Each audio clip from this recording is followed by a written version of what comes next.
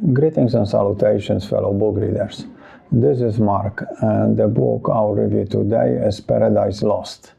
Before we continue, this is personalized limited edition of Paradise Lost with leather cover designed and made by me. At the end of the video, I will tell you a couple of ways of how you can get one for yourself if you are interested. Now let's get back to the review. Paradise Lost is an epic poem by John Milton. Milton was a 17th century English poet, active in English politics. He lived during tumultuous times for the English monarchy.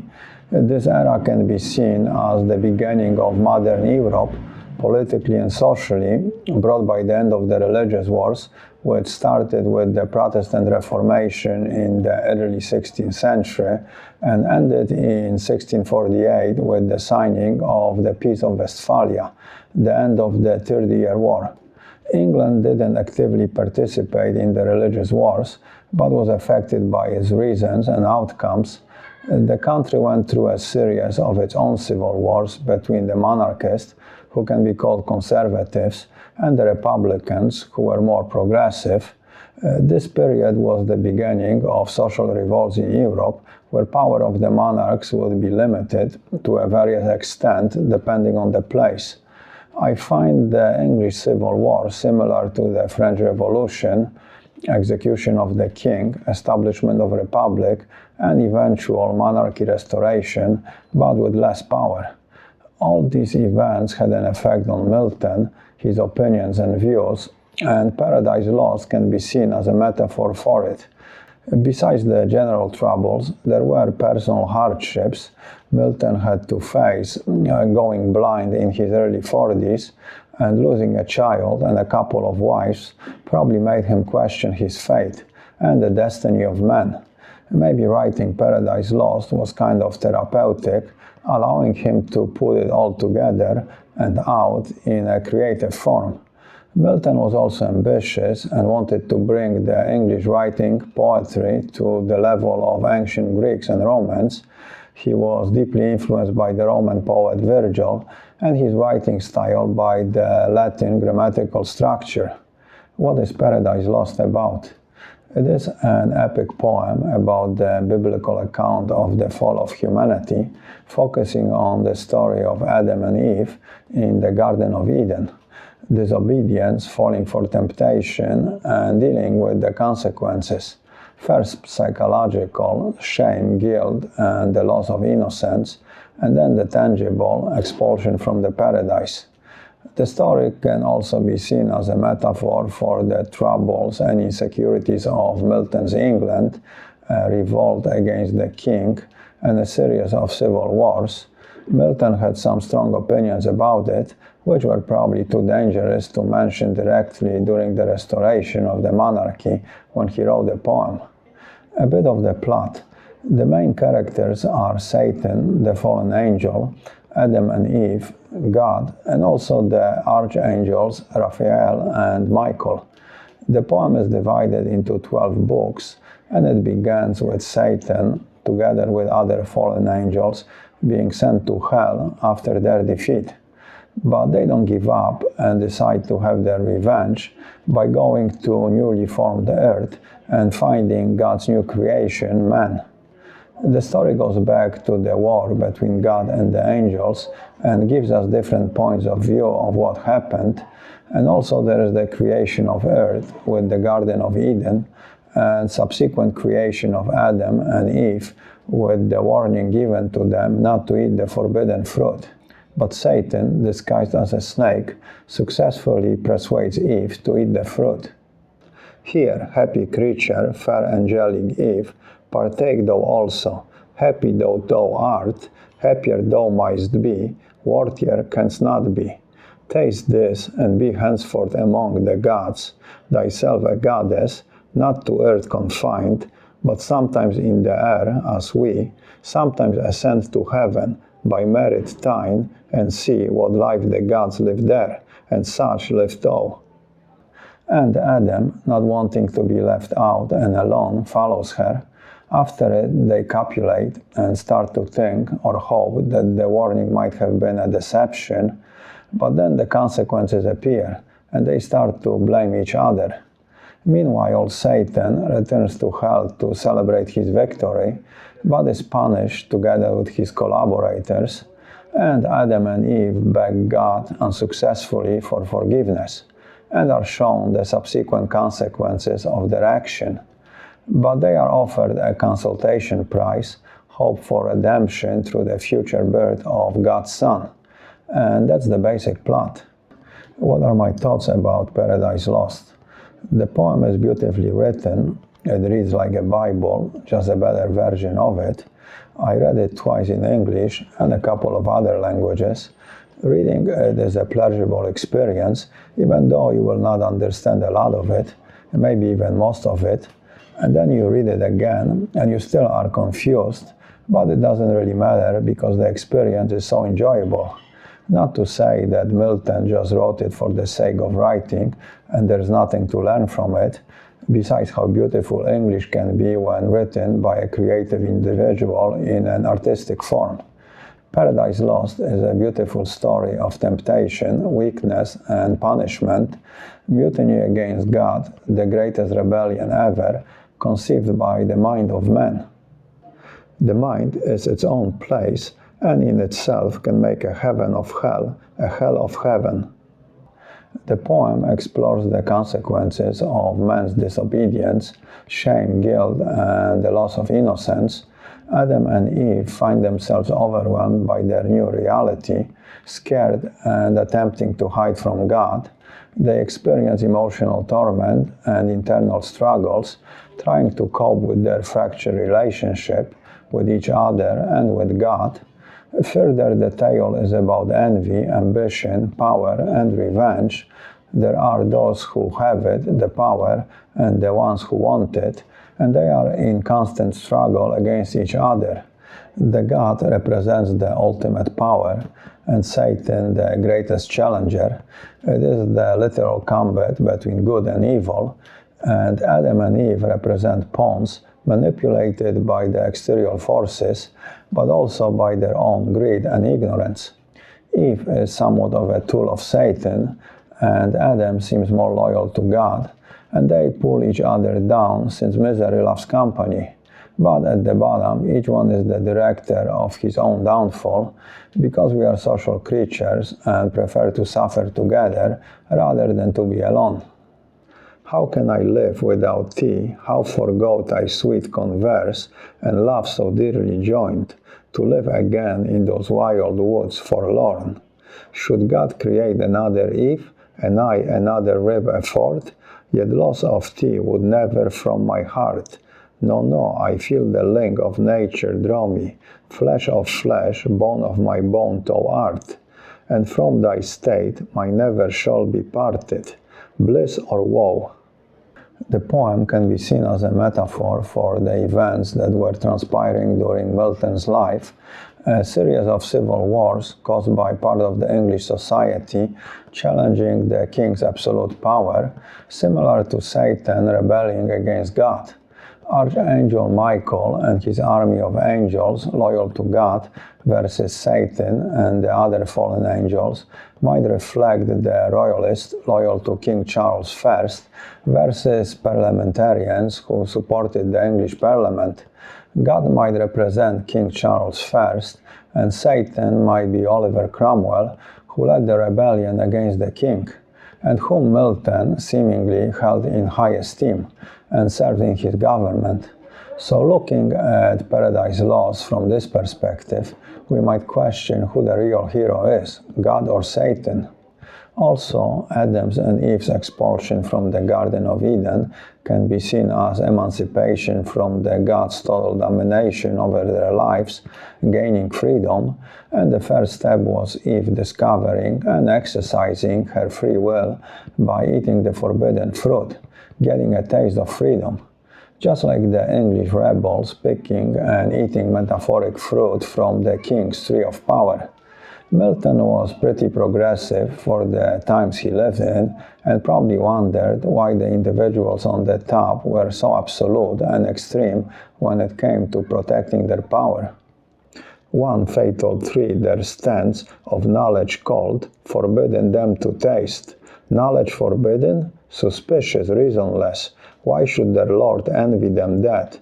Can it be sin to know? Can it be death? And do they only stand by ignorance? Is that their happy state, the proof of their obedience and their faith? Maybe freedom comes from God, but it is Satan who allows men to discover it and frees them from their ignorance. So the question is Satan really a villain, as always portrayed, or more of an anti-hero, maybe even a hero? Milton makes it rather vague.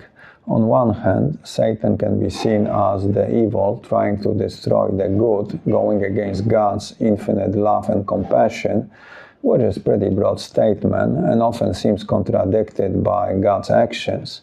Also, Satan can be seen as responsible for taking man out of their paradise and losing their eternal happiness. But on the other hand, he can be seen as a liberator, freeing man from a utopian and because of it boring, maybe even unsustainable existence, and making them feel more alive, having the real experience of living, and allowing each man to find his own paradise, making each one into an individual with free will and responsible for his own actions and destiny, transferring power from one to masses. And the transferring of power was what the opposers of the absolute monarchy, who had Milton's support, were trying to accomplish in theory. It seems Milton saw expulsion from paradise as a positive event and maybe tried to convince others in the poem it was a blessing in disguise, just like losing the monarchy. Maybe in general, the bad things with the initial suffering and pain become blessing in the long run. Archangel Michael gives Adam and Eve a bit of reassurance and some hope for their future outside the Garden of Eden. To leave this paradise, but should possess a paradise within thee, happier far. Seems Satan asserted Adam's and Eve's humanity by corrupting Eve, and thus setting in motion their fall. But it came before, when Adam asked God to create Eve. He became human when he gave into his wants, a weakness, a need for companion. And thus this was the beginning of the fall of man. A self-created event, a suicide, just like Satan's own fall. And since then, we, the humanity, might be on a suicide mission, orchestrating our own inevitable fall. And that's the law of nature. Eventually everything falls, except for God, the nature itself. And Archangel Michael seems to imply that physical paradise is destroyed because it has no value, and the real paradise is within each man. Maybe it's Milton's own way of coming to terms with his mortality, convincing himself that the life on earth, the earthly paradise, is an illusion and has no value. Further, Milton seems to question God's fairness. In Book 10, Archangel Michael lays the future of humanity to Adam, and it's somewhat of a mass punishment for the sins of one or two men.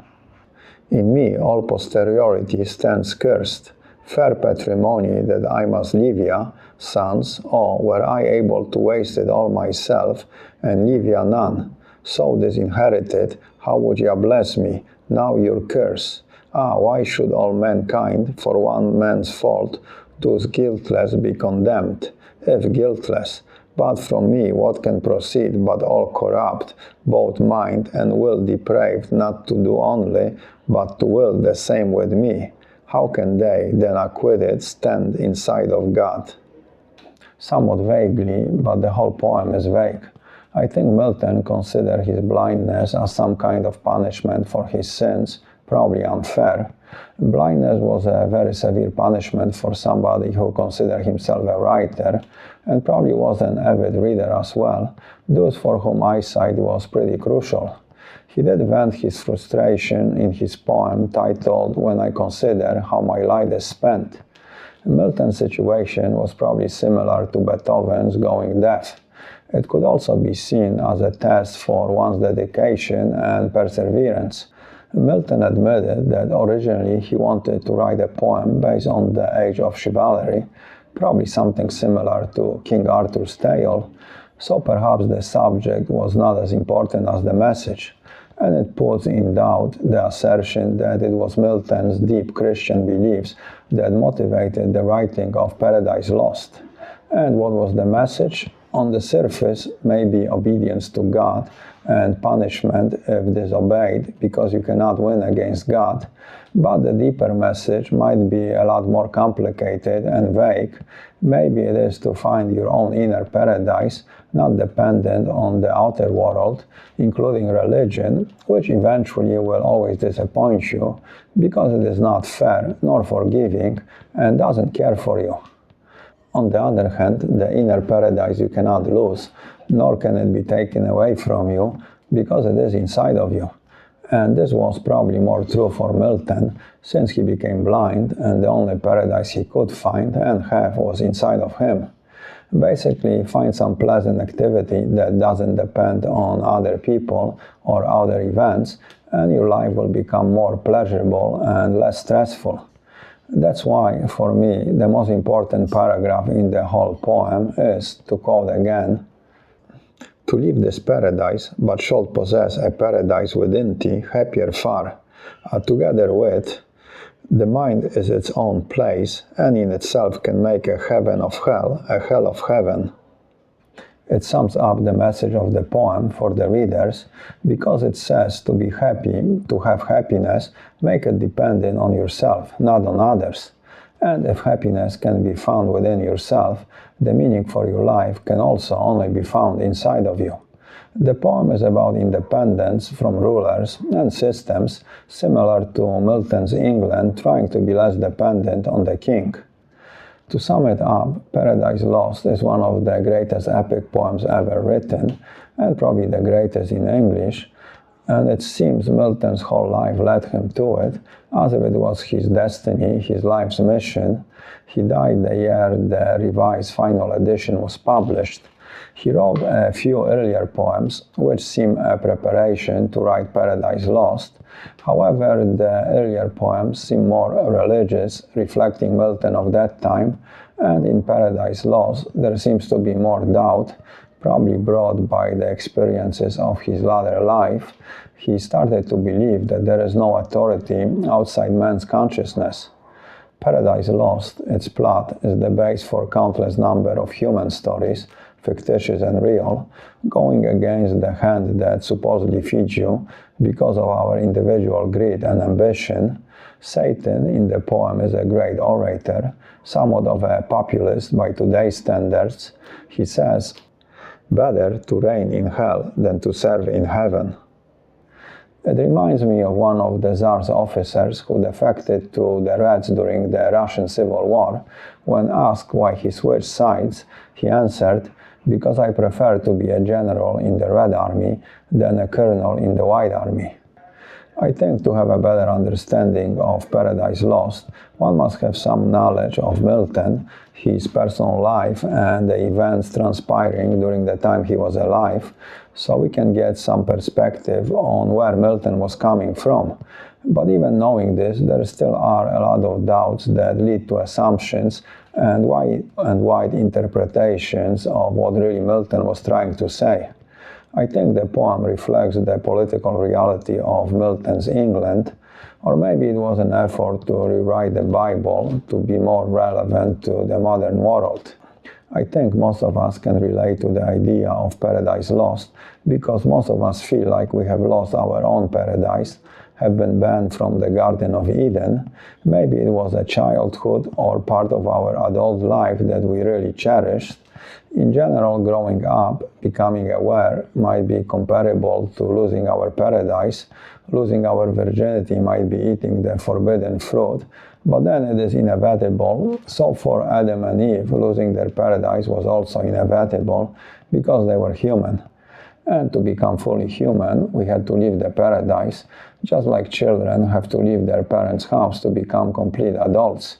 Maybe losing our paradise is losing our ignorance. That's why some say ignorance is bliss. Milton wrote somewhat of a sequel titled Paradise Regained. It is linked to the part of Paradise Lost where Archangel Michael shows Adam that God, in his infinite mercy, has a plan of redemption through his Son Jesus Christ, who will sacrifice himself to save humanity. He offers hope to Adam and Eve, promising a future where their descendants will be able to seek redemption through faith and righteous living. So, in Paradise Regained, the protagonist is Jesus Christ, who can be seen as God's second attempt at creation, even second son, first being Adam. And this time the Son is successful in resisting Satan, and as the reward ascends to the paradise. And he, not Adam, becomes the example for humanity to follow and offers them salvation. But maybe most of us don't want to take it because it is difficult, and maybe here on earth we don't want to live in some kind of utopian paradise. While communists are trying to convince us otherwise, so maybe they are the true apostles of Jesus. Maybe Jesus was the first communist and God the all-seeing Orwellian Big Brother. These kind of vague stories make you wonder. Actually, Milton quite often uses the word wonder, maybe to show man's destiny is to wander, searching for his lost paradise. Throughout the poem, Milton changes his opinions about the characters, as to, on purpose, make it difficult to pinpoint where he stands, and this might add to the confusion and difficulty of understanding it. Originally, Milton intended to write a poem on a nationalistic theme, but he didn't, probably because he didn't feel safe doing it during the restoration of monarchy, considering his political views being against the king. Actually, the implied equality of sexes through the actions of Adam and Eve is contrary to the hierarchy in monarchy, and it further showed Milton's opinions on politics and social issues. Okay, let's talk about the physical book. The book I am holding is a paperback, which I transformed into a hardcover, leather-bound edition. To make the cover, I use grade A, naturally tan hide I buy from a tanner in North Spain. It is the same leather Louis Vuitton uses to make his bags, so it is top quality. I do all the processing of the leather myself. First, I designed the cover, and for this I used the Renaissance painting by Lucas Crancia of Adam and Eve in the Garden of Eden, sabotaging their stay in the paradise by picking and eating the forbidden fruit. The experience of Paradise Lost. This is the back with the blurb, and inside front cover I printed a quote from the book. If you want to see a more detailed video where I explain how I transform paperback into leather-bound hardcover, click on the link in the description. I will make a maximum of 100 editions of each title. Each one will be numbered and initialed, and the numbers will go in chronological order from 2 up, since number 1 stays with me. The price will be around $100, so if you would like me to make one for you, you can click below on my email and send me a message. I do not guarantee I will do it, since it will depend on the time I have available, access to leather, and if I can get my hands on the copy of the book. Now, if you're not willing to spend the $100, but you still want the book, what you can do is click below on the PayPal link and donate $3 or more to my channel, and for every 100 donations, I will make a lottery and draw one name, and the winner will receive the book. So, if you are cheap but feel lucky, this might be the way to do it. Also, your donations give me the extra motivation to make the book reviews, and I appreciate them very much, so thank you in advance. One more thing, when you make your donation, remember to include the title of the book you would like to win. The book itself is beautiful. Visually, it has a very nice texture, it smells great, and the more you handle it, the more beautiful it will become. And it makes a great gift for yourself or somebody who appreciates books. So if you want one, don't snooze or you might lose. Well, that's it, so let's end it here, and until next time, keep your ear close to the ground and read a book. Adios.